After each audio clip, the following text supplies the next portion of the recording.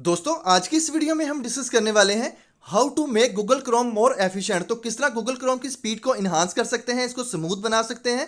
Basically हमने क्या करना है, अपने क्रोम को ओपन करना है। तो जैसे ही हम इसको ओपन कर लेंगे तो मोस्टली हम इसको यूज करते हैं काफी सारी टैब्स में। तो प्लस के बटन पर क्लिक करें तो हमारे पास टैब क्रिएट हो जाते हैं।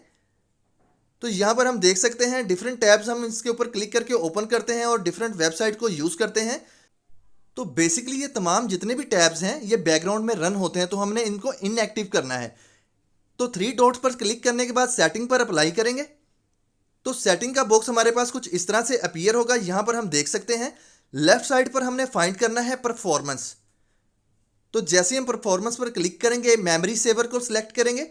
ये हमारे पास डिसेबल है, इसको इनेबल करेंगे। तो जैसे इसको इनेबल करेंगे तो हमारे जितने भी टैब्स हैं वो इनएक्टिव हो जाएंगे और रैम क्रिएट नहीं करेंगे, कैशेस क्रिएट नहीं करेंगे और इजीली यहाँ पर स्मूथली रन करेंगे। और इसके बाद आपने क्या करना है, पावर में सिलेक्ट करना है फर्स्ट ऑप्शन को। सेकंड ऑप्शन को आपने सिलेक्ट नहीं करना।